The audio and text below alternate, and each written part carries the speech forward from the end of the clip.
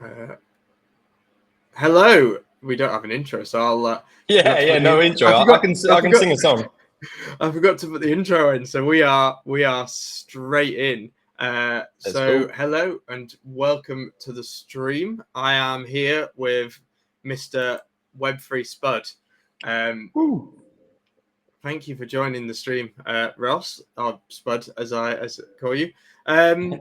Yeah, straight into it. I'm a bit rusty on this, so who have we got? Good. Who have we got in the chat? So we have Hugo. Hello, Hugo. We have Steve in the UK, Big up. and we have Tomo. Big shout out. Let's go.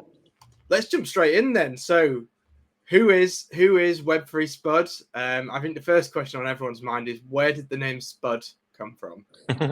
So there's a few stories here, and the one that I've stuck to is actually closest to the truth. So yeah, basically when I was born, this is what I say. Some babies are dragged out by the forceps by the head. For me, it was just balls. So that was the first thing my mum saw, and she sprung to her head. Those are some nice spuds. Call him Spud. But actually, obviously, it wasn't dragged out by the balls, but apparently, I was all balls when I was a baby. So mum called me Spud. Shout out Mumsy, and just stuck. Even my own family, they all call me Spud. It was probably only at school got called my real name. And to be honest with you, I probably respond better to Spud. If someone says Spud, at least you know who it is. Not that my first name's that common anyway, but it's I remember probably school, college. I was my government name as such, but everyone kind of would call me Spud. And then when I got to uni, I was like, you know what, I'm just going full Spud. And I remember the first kind of day we were introducing ourselves, and I was like, yeah, I'm Spud, da, da, da, da, da. And then I heard some sniggering from behind me, and then the guys behind me was like, hi, I'm Wolf, or something like bullshit like that. And I was like, fuck you. We ended up being good mates. He was a bit of a cunt, but we were good mates. Well, I mean, to be honest, I think the big ball thing can be seen in sort of how you've approached your life and sort of crypto in general. Which I think we'll dive straight in. I'm always really interested in people's journey into crypto, because ultimately it is a very, or at least it was a very niche part of internet culture, drawn into by different routes. And I think it'll be interesting to sort of see how you've gone from sort of learning about crypto into sort of where you've got to now as the CEO of a crypto company. Yeah, definitely. I think for me, the seed was planted back when I was about 21 years old. And, back then we didn't have so much, there wasn't, the digital nomad life quite yet. It was beginning. Don't get me wrong. There was, people paving the way. But it wasn't quite as well known and as big. And, I did a backpacking trip with Web3 Sammy T. And, we started in Thailand, Cambodia, Vietnam, stories for another day. But the whole, what it taught me, I was like, how can I make this my reality? How can, it's no good back home. I'd rather be in the sun with the girls and, in the sunshine. How can I make this my reality, my lifestyle? And it's, it still didn't quite tick. It took me a few more years to realize. Even though I was already involved with crypto, I didn't quite see I didn't see that I could, turn my kind of small portfolio at the time into millions at the time. I knew that, I could make a few grand. I thought for me, crypto at the time was a way for me to kind of, pay for my holidays. And that's what I did. I would trade, I would sit on it for a year, and then I'd cash it all out and I'd go traveling or I'd go on a holiday. It didn't occur to me to save it until a little bit later in life. Yeah. I'm sort of that same boat. I think for me, it was all about, the one thing that really changed me, I read quite a lot of books when I was growing up, and I think the one that really changed me is there's one called The Sovereign Individual, and that was where it sort of talked about how we're entering a sort of that period of government overreach and sort of having stuff outside of the traditional system was a way to sort of protect yourself from a system that was inevitably closing in. And then also that's sort of how I fell into it. Fell into a nice community, met everyone, and Yeah, and that's how we've got to. I know from a community perspective, you're very involved in Solana. How did that come about? Your involvement in the super team? Talk me through. Yeah, so I would say it started off with Eagle, the Multiverse X. So like a lot of people listening in, and from the kind of OG TNG days, a lot of us were Elrond fans, Eagle fans, and I was very much in depth with the kind of, there was a lot of NFTs going around on the market at the time. And my good friend, and actually where I got the Web3 name from, Web3 Eagle was not doing great. Even Solana, Solana had just dumped down to $8, and I think it was sitting at around $13 to $17 at the time of the event. And I was in Thailand at the time. This is 3 years ago now.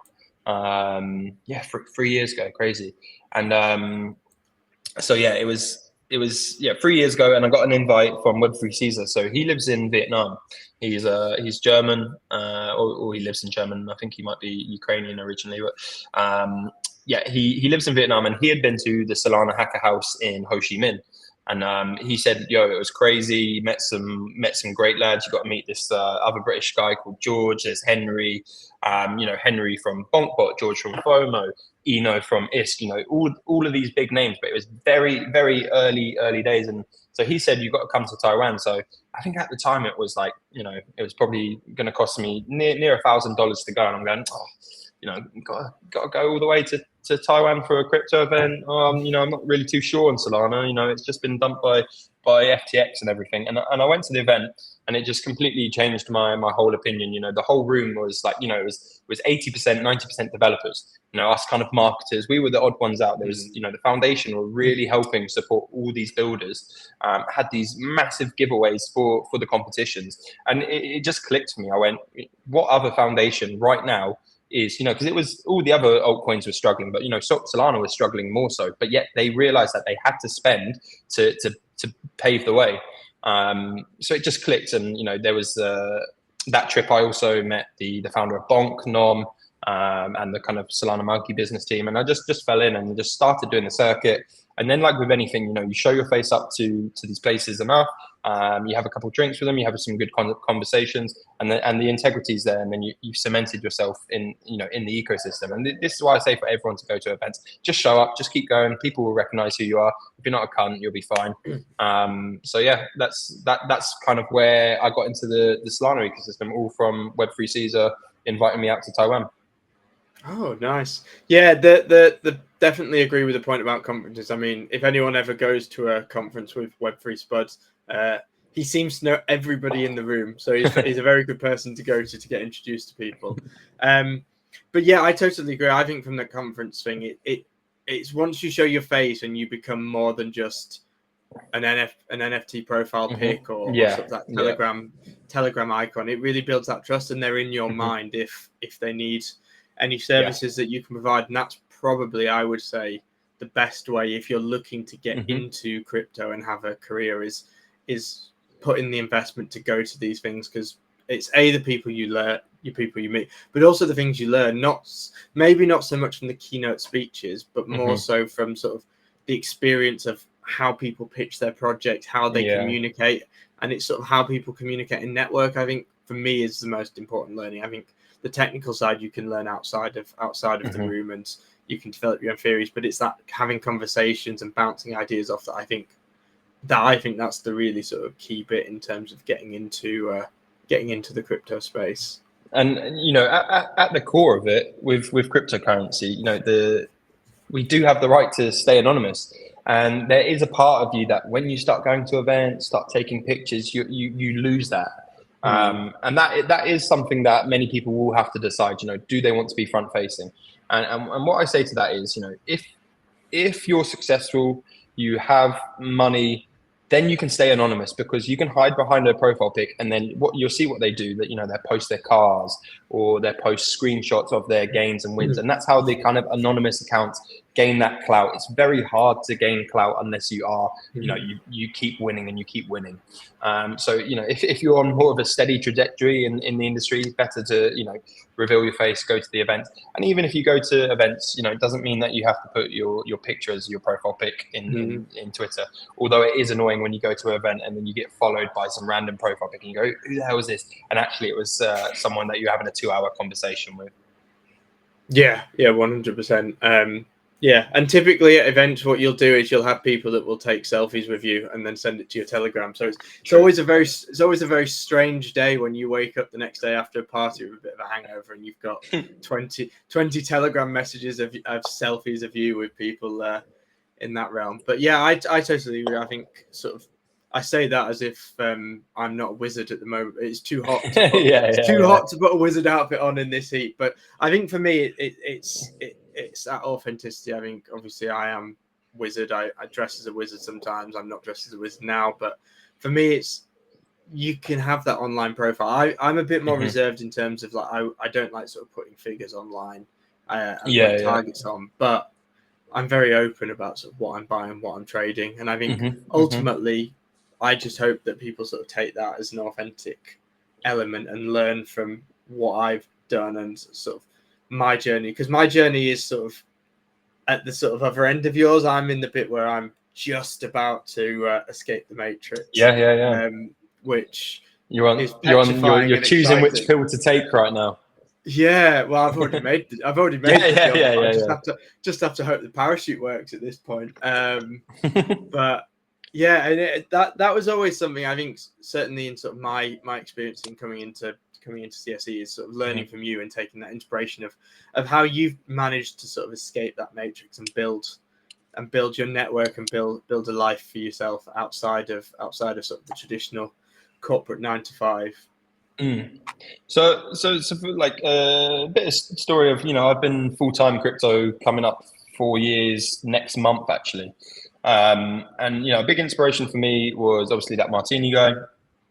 And kind of, watching his take on lifestyle. I've always been an entrepreneur, always kind of rejected authority. I was always the class clown, getting sent out. Always bright enough to get by without having to do the studying, and just kind of just pass, fly by. Wouldn't have to read the books as much, and that kind of being able to get by without having to put the work in, kind of it just made me like not want to do the work and just have fun in the class. So I wasn't bothered about getting A grades to impress anyone or myself or whatever, and I could quite easily get C's and B's and then still have a good time at school. So yeah, definitely didn't like authority, and I soon found that out. In between uni, had a few kind of odd jobs and side hustle. Always had a side hustle going on, and then I studied real estate, which kind of pushes you into chartered surveying and architecture and all of those things. And then came COVID. I just got back from like a 6-month trip in like Central and South America, like after I'd graduated. And then I was like, right, time to get my proper job now. And, the path it kind of puts you down, becoming a chartered surveyor, you have to do like another 2-3 years of like, getting your chartered qualification. And I was reaching out, trying to find jobs that would take me on. And it was just, no one was taking on to spend on everything because people were unsure about COVID at the time. And probably, there may have been better candidates, of course. My CV, I didn't have the most work experience, put it that way. And so I ended up kind of settling with a job as an estate agent, and I, never wanted to be an estate agent. They got a bit of a bad rep, and thought it was a bit lame, to be honest. But I tell you what, walking into the office, my first day, we was in the, there's. It was placed in kind of Camberley, Guildford way, if you know, and they were one of the kind of main estate agents in the area. Had like 6 branches. I was lucky enough to be in the main branch, which received about 50% of its probably total revenue of the 6 branches. It was the big office. So if you can work your way up there, you are earning decent money. But I'm working Monday to Saturday. I'd have 1 Saturday off a week. That was ruining my relationship with my then ex-girlfriend at the time. And I did probably around a year there. And don't get me wrong, I learned so much. Like the first day, my manager, he goes, right, there's a computer, right, you got to call, this house is available, we've taken it on today. Pick up get calling. And I'm there, like, making numbers, like writing down numbers of people I should call, like, oh, okay, yeah, maybe this person will like it, I'll call them a bit later. He comes over, pretty much slaps me on the head and says, what are you doing here? While you're writing down all the numbers, he's calling, he's going to nick that person. So it literally was like Wolf of Wall Street. He's like, just pick up the phone. So that kind of tenacity in sales was very good. And the way that they, estate agents close things, estate agents are slimy as hell. I didn't like looking myself in the mirror some days when I got home from work, put it that way. Yeah, I think on that. So I think one of sort of my follow-up questions to that is, in terms of sort of your role in crypto and the skills you use, how important do you think some of the things you picked up in the estate agent played in that? Yeah. I know from the selling perspective that sort of personable and sort of the work ethic side.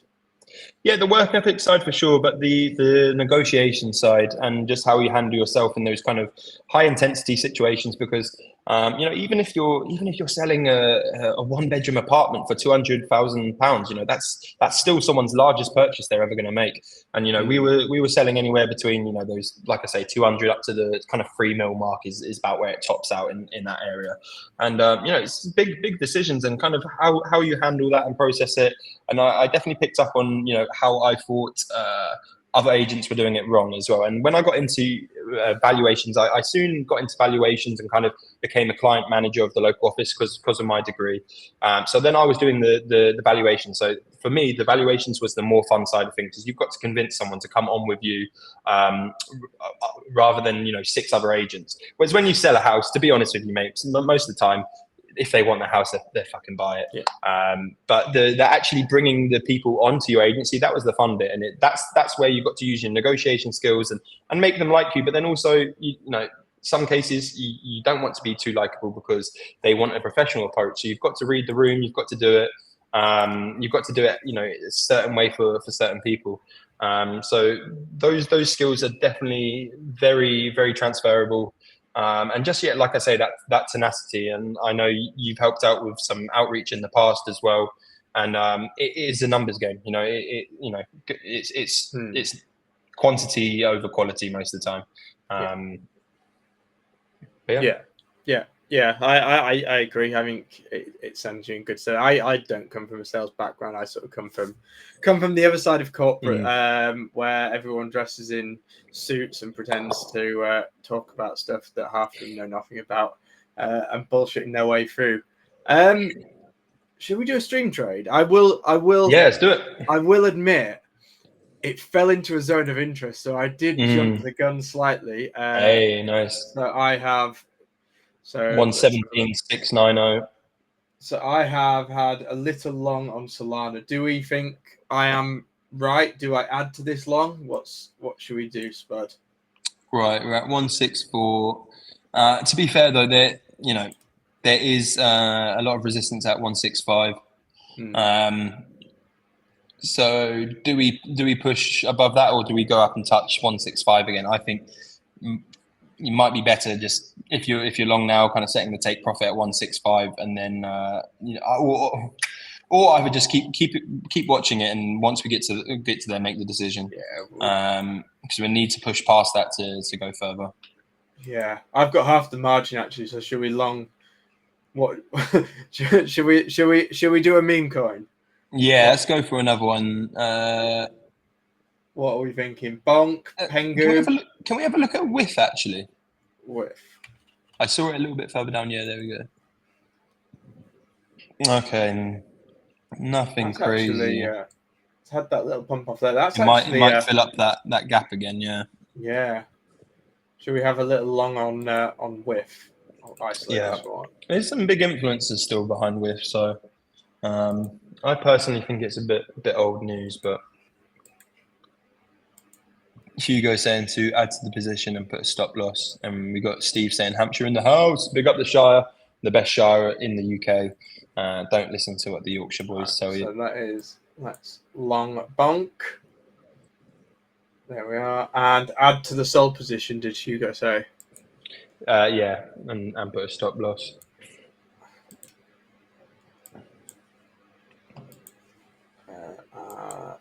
Where did we have an SL? I imagine it's probably. I imagine you probably look at this 16371. Mm-hmm.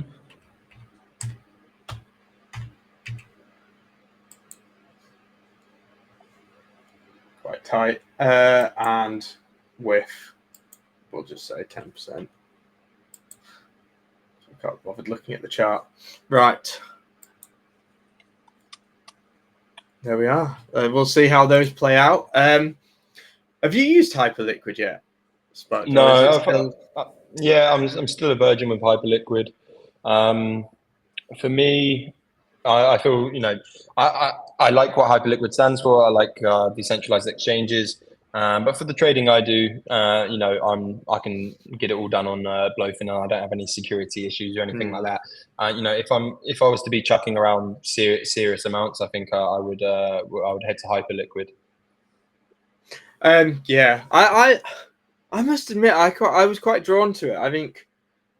I think, and we discussed on the stream yesterday. I think it's really interesting, sort of the direction they've gone in terms of building this out. But we're nuking badly here. Should have gone short. Yeah. But I think what they've done as a project, it's a fantastic project. I mean, I'm slightly biased. Yeah. When we had the April dump, I had a very, very large buy order placed at $10.50. Nice. So, and what's the price now, Wiz? I think we're about $40. So I began scaling out. I think we started crawling past $40 now. So I've unstaked some of it on my personal account. I back it fully. I think it's a great platform. It's needed. I think the token will do well. I keep an eye on it, but not a participant. But I think it's brilliant. Yeah. I think it's in all honesty, there's so many options in crypto when it comes to exchanges. You should never KYC for an exchange. There's no reason to ever KYC for an exchange, and I think ultimately that's I'm a big fan of Swissborg, but I've buried the hatchet, unfortunately, with that account because I'm already like level 3, with the KYC, and now they're asking for more payment receipts and invoices, etc. And I understand why they're doing it, but I'm just going to be using different services like Castcard. I've been using a lot, really easy. Solana USDC top up, and then like CL card, and then also I have another payment a payment project in the pipelines with some developers actually as well. I think they may have mentioned it. I can't give away too much, but basically it doesn't use MasterCard or Visa rails, so it's going to be completely separate. It won't be on Apple Pay, but it'll be very similar. Okay, interesting. I'll drop you a message about that off stream. But yeah, I mean, ultimately on the payments, that was always an area that I was very bullish on. I think I've always been more of a thematic investor and sort of look at where I see the themes, and coming into this cycle, I'm and still am. I think for me, it's all DeFi, payments, and stable coins. I've yet to see a use case for RWA that's conducive enough to make me want to get in. But those are the areas that I particularly look at. But I mean, from a thematic point of view, is there any themes that you particularly drawn to? For me, I still think payments are, like you say, the way forward. I think remittance payments takes up, some countries' GDPs are like 50% remittance payments. I think if you look at like Tonga and stuff like that, majority of the young lads will go work abroad and they're sending money home. And, they're paying a 10% charge every time on that. You look over to Africa, a lot of them are unbanked. Asia, a lot of them are unbanked. I think cryptocurrency, it's not just me that thinks it. I think a lot of people think this as well. But I think more so and quicker than a lot of people think that it will happen. That it will rival the banks, and eventually the dollar's going to fall as well. And then it ponders the question: what will be the next global currency? I know this is all sounds a bit tinfoil hat, but for me, I've got I think this tinfoil happens in the inside next. this, so Yeah, I think this happens in the next 25 years. I think we see the collapse of the dollar. You know, are we going to see the ruble or the yuan take its place? No. So what does it leave instead? yeah, I agree. I'm working on the assumption that I think we see a sovereign debt crisis certainly within the next 10 years in a Western nation. I'm not sure if it'll be America that'll be the first domino to fall, but I know from a macro perspective, we are in It's a very like perilous place. it's really stupid, guys, that we give the Americans all this power. You know, we put so much power in their currency that they're just profiting and putting it back into their country. You know, I speak with a lot of Americans and that go to events, and they're in such a bubble, man. Like, you know, they're talking about their jobs before, like Web3, a lot of them, and they'd be like, I was earning 150K a year, and you know, it wasn't good enough, and then I was earning 80K, but my boyfriend was broke because he was earning 70K. And it's like, you know, their kind of levels of income are so crazy compared to the European standard. Yeah. And it all comes down to, because, you know, we're giving so much value to their dollar, we're putting so much money into them that they can share that out. So they're all living off of us, basically. So down with the US dollar, guys. Yeah, I completely agree. And I know we touched on sort of the dollar downfall on the stream yesterday, which people can go check out on CryptoSavingExpert. Yeah, I've always been fascinated by macroeconomics. It's always been something that's been quite close to me, and I think it's one of those subjects. I think whilst you may not need to know huge amounts of it, I think it's something that is a core pillar to understanding how the world works and sort of why things happen. Yeah, that's always been a theory of mine. Is I think everyone should at least have that sort of basic grasp of macroeconomics to really understand. Even from sort of a political point of view, is then you sort of see the other side of sort of the decisions that you make. It's like there's one thing that everything the government provides, they also then have to find a way to pay for, and ultimately the way to pay for has been by sacrificing the currency for those down, and that's always been something I've been really passionate about. Is I think currency debasement is probably the single biggest crime that's ever been committed, is just that ability to move away from the gold standard and just print your way out of everything. Here's a question for you: Is if you had a child and you want him to be the next crypto prodigy? I know we got Tomo in the chat. Congratulations, just had a baby as well. But what education or what kind of courses would you say would make the best crypto entrepreneur? Is it business, economics, coding? What combination? We'll go for like A levels. You know, what A levels would you say? It's an interesting one. I think genius should take. Yeah, it's an interesting one. I think definitely have an understanding of economics, because understanding economic principles is the backbone to it. And I think if you understand economics, you can understand business. You have a lot of crossover, particularly sort of on the industrial economic side. On the industrial economic side, it covers it. I think having an understanding of computers is important, and having an understanding of that. However, I look at it now, and the direction of travel AI I think it's possibly one of the most exciting periods, I think, in history, in the fact that we've moved away from the execution is now the easy bit. It's so easy to execute on ideas. True. You can build whatever you want in Lovable. You can code it on the back end in Claude. You could, all of the stuff that typically you had to pay people in Silicon Valley hundreds of thousands of pounds a year to do is easy. So now it's that idea, and it's how you market. And I think that's where, for me, it really plays into how can you build an audience and have sort of that skill set of getting people to buy into you and your story. How are you able to understand people's needs and address them fundamentally? As we say, in terms of being able to launch stuff, it's now really easy if you can understand a need and a driver, and you're creative enough to think of a solution. It's easy to build it, but the really difficult bit is understanding that problem and how you address it. So I think going back to the A levels, I think definitely economics. I think maybe some computer science. Yeah. And then what's that third one? I would say psychology, but it's only certain bits of psychology. Psychology was Yeah. the only GCSE. It was my lowest scoring Mhm. GCSE. I must admit, I couldn't get my head around Freud thinking that everyone's growing up wanting to fondle their mother and they're scared of their dad. Well, you not. I mean, I won't admit But it on stream. for me, I agree. Economics, I think I studied economics, but I wish I had done computer science, like you say. It would, maybe it's because I go to these hack houses where it's full of developers and I feel a bit inept around them. But it would be nice to have that kind of coding knowledge, or have a little bit more technical background. That's one part, where I definitely fall down on.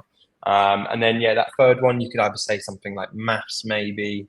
Or something a bit out there like psychology, sociology, or something like that. But probably just maths. You want some tokenomics nerd, don't you? So I think that's a good mix. Maths and economics is a good mix anyway. Yeah, 100%. What did you? So you did economics. What else did you do? I did economics, business studies, use of maths, and accounting.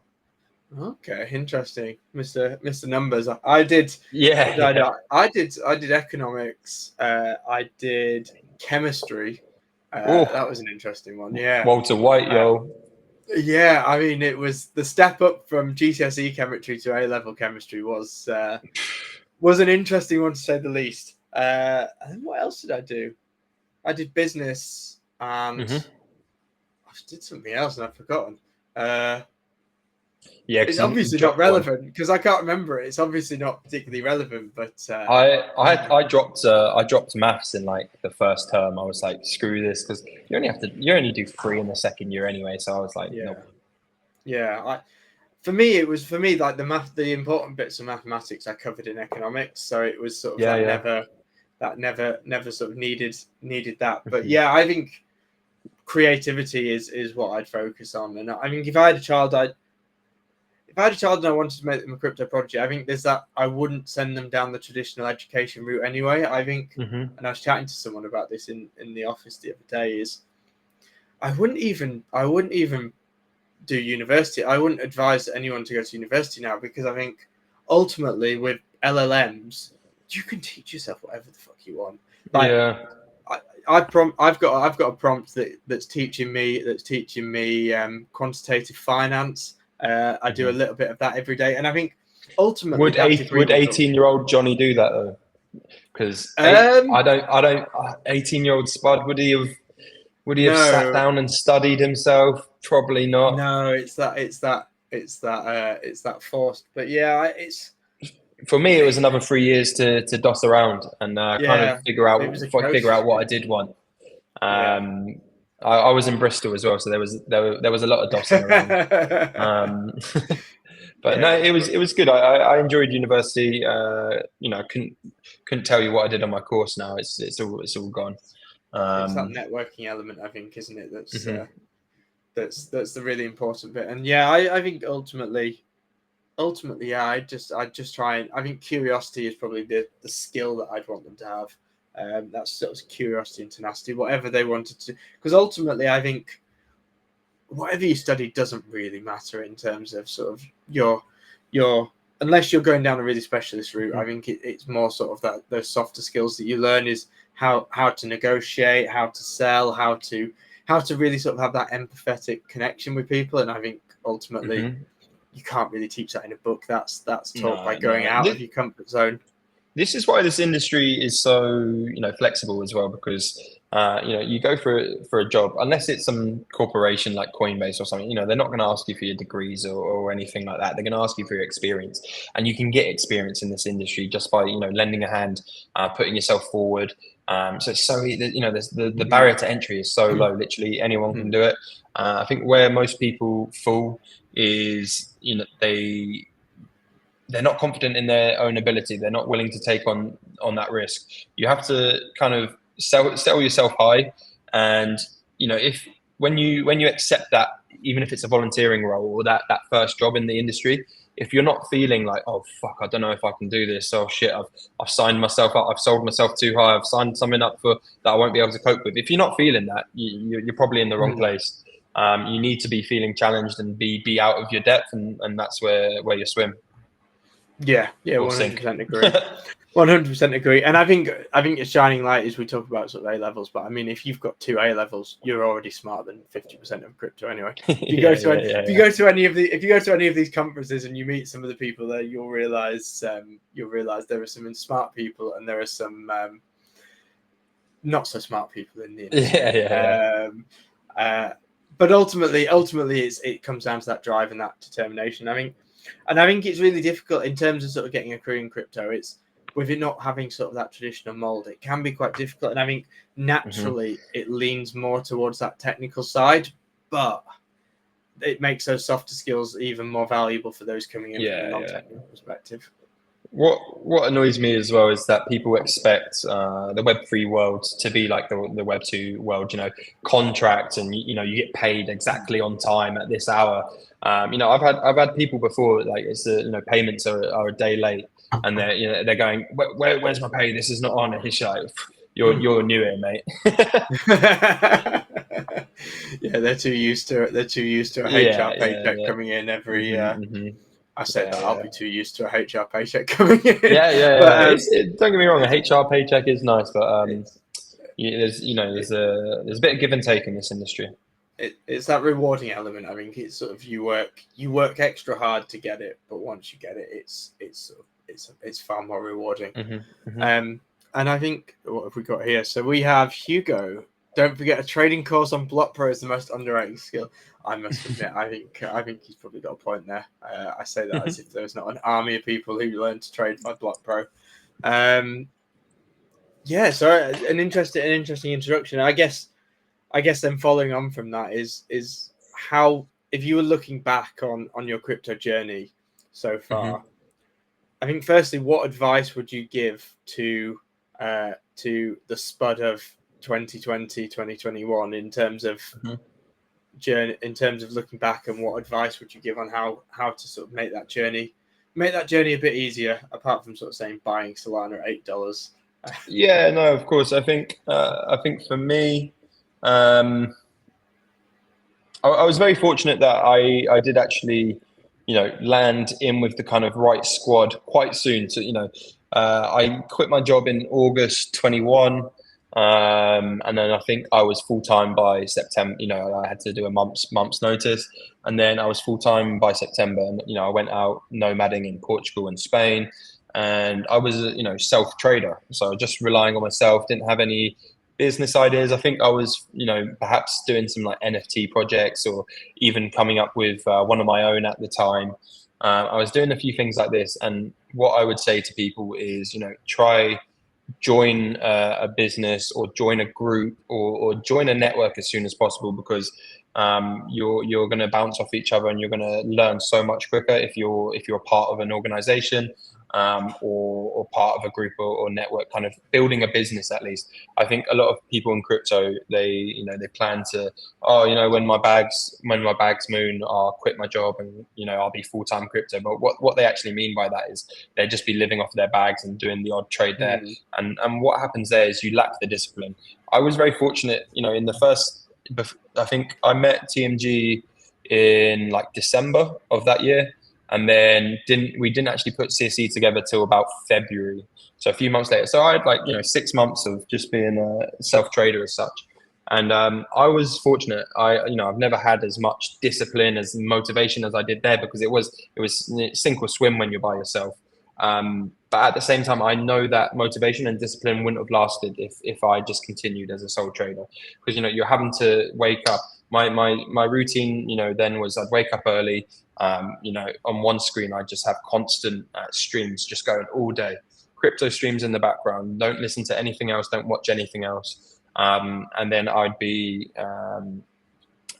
trading. I'd be doing this, and it comes very hard to be kind of self-accountable when you do have a bit of time off, or you do have those days off, or the trades aren't going your way. The motivation can really lack. So it's much easier if you're with people, guys.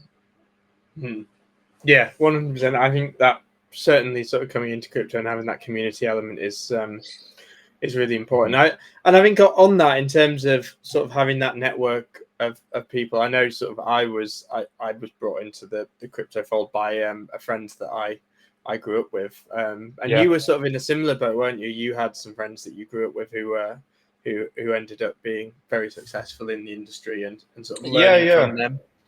So a lot of people know my relationship with the Horsfall brothers who run Flight Free and Zebu. So, Jolly was one of my best friends through our secondary school, and, we were thick as thieves. We always had a side hustle. One of my favorite side hustles, which I look back at it now, and I think this is definitely where my kind of bolshy negotiation skills came in. So, we had quite a small year. There was only like 60 of us in a year. So when someone got a new mobile, this is like year 8, we were like 12, 13. When someone got a new mobile, everyone knew about it because, this one's got Bluetooth, this one's got that. And then, I'd go up to them, I'd be like, so what about your old phone? What are you doing with your old phone? And they go, probably gonna like give it to my sister, or I think my mum wants it, or I'm just gonna keep it because it's got some old photos on it. And then I'd be like, why don't you sell that for me? Why don't you sell that to me?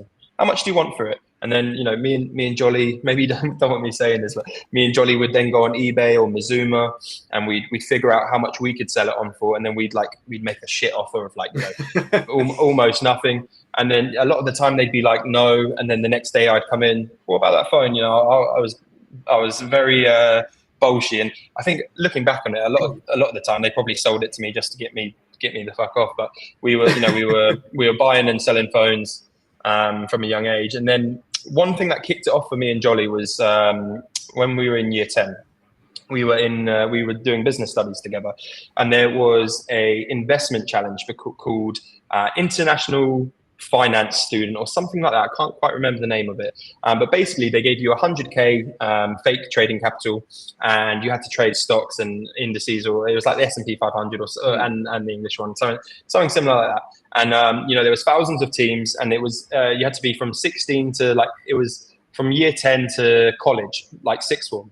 So we were competing with a lot of 18-year-olds. The first year, out of like 5,000 teams in the Southeast, we came like 4th. So we had turned 100 grand into 146 grand, me and Jolly, just trading. And this is in 3 months. So we had a 46% return in 3 months. Everyone thought, like, Jolly's dad comes from he's a solicitor. Everyone thought he was trading. No, it was just me and Jolly. We were hooked. We loved trading. And we got through to the semi-finals. We went up to London, and then we had to do not an online test. We had to do an in-person test with other 20 people. There was the top 5 from each region got a place at the semi-finals, and then the final prize was you won a trip to New York or whatever. We lost that semi-final because it was like economics questions. We were 16. Like I say, there were 6 formers there that were just much smarter than us. Everyone thought it was a fluke. Everyone thought it was our parents trading for us. My dad's not a trader at all. He does trade cryptocurrency now. He does enjoy it, but he doesn't come from a trading background.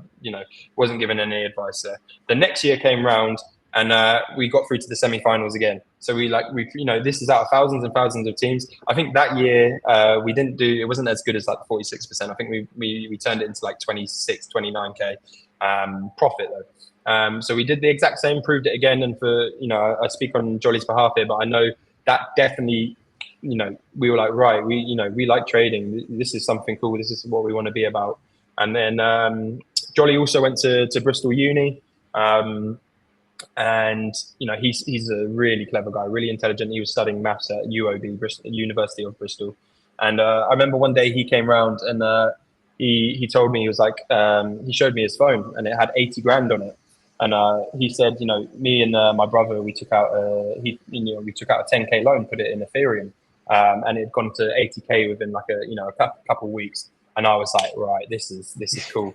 And they went on they did a prediction market called TotemFi. It was a really cool platform. Did well for about a year, then kind of fizzled out, and then they went on to doing the events at Zebu Live. So we got into the industry separately, but we've always been very much in tune. And I think we had a lot of the same kind of starting recipes there for love of trading.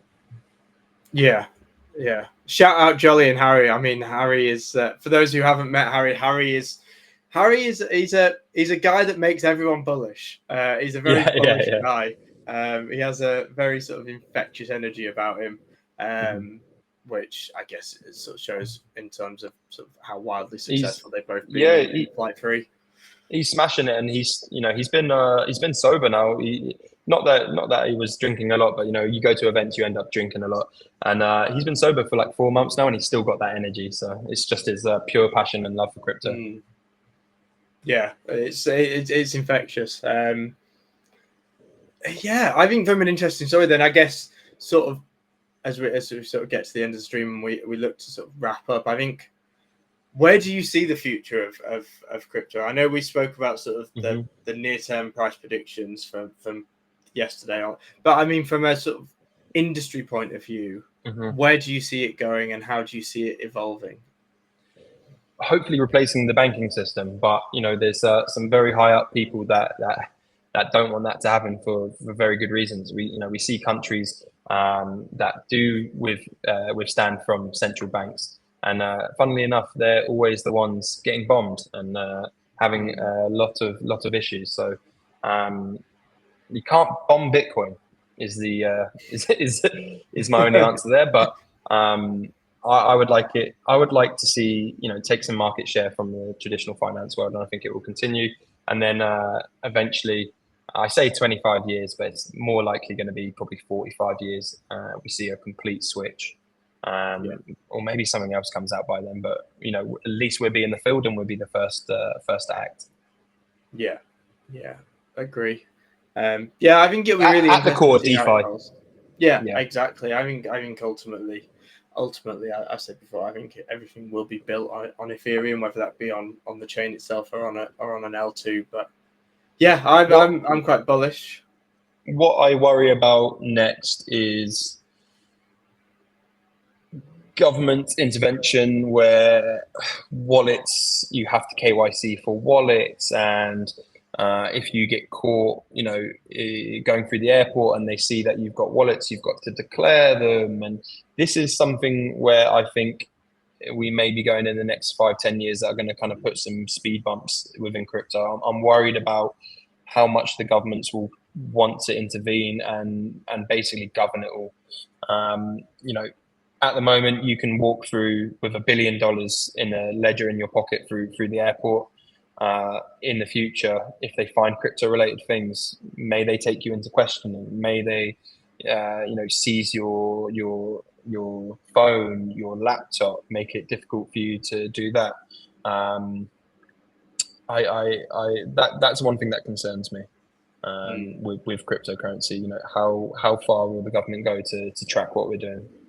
There's always going to be off ramps where you can navigate. Not navigate the traditional way of going through banks and all of that.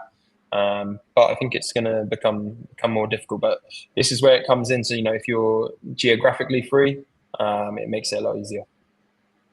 Yeah, 100% agree. There's an interesting book, actually, I think, for anyone sort of on that I quite enjoyed, called Surveillance Capitalism, and that sort of talks about the ideologies behind that. I think we'll wrap it up there. I mean, I could talk to you for hours, but I think there's some stuff that we'll save for another occasion. We'll do some more.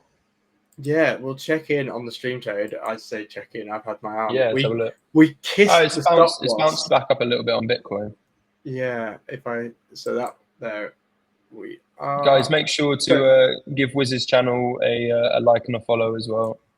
So we came very close to kissing that stop loss, but we seem to be bouncing up. So I'll leave that open and see where we go. I mean, we should have gone for the short side in hindsight. I say I made the decision, so I take the blame. But this is not the time to be bearish. Not the time to be bearish. I think from my perspective, I think the next couple of weeks in crypto will be pretty nuts. Definitely lock in next couple of weeks. I still do think that we're like the hype we've had last night. I think we're going to have that to the other side at some point as well. I'm not saying that it's going to go down too far, but I just think we're going to re-enter the range we were in, to be honest. I think we've got an aggressive pullback. I was chatting to Justin Yeah. about this morning, and I think we'll have a very, very violent pullback, but then we'll have a Yes. second and third wave. Yeah. So after that violent pullback, it's going to give people already. Oh, right, we've already gone to 118. It's going to give people the confidence, and I think it's going to be a volatile pullback, and then I think it will rebound quick again, and hopefully be on our way to Valhalla. Yeah, 100%.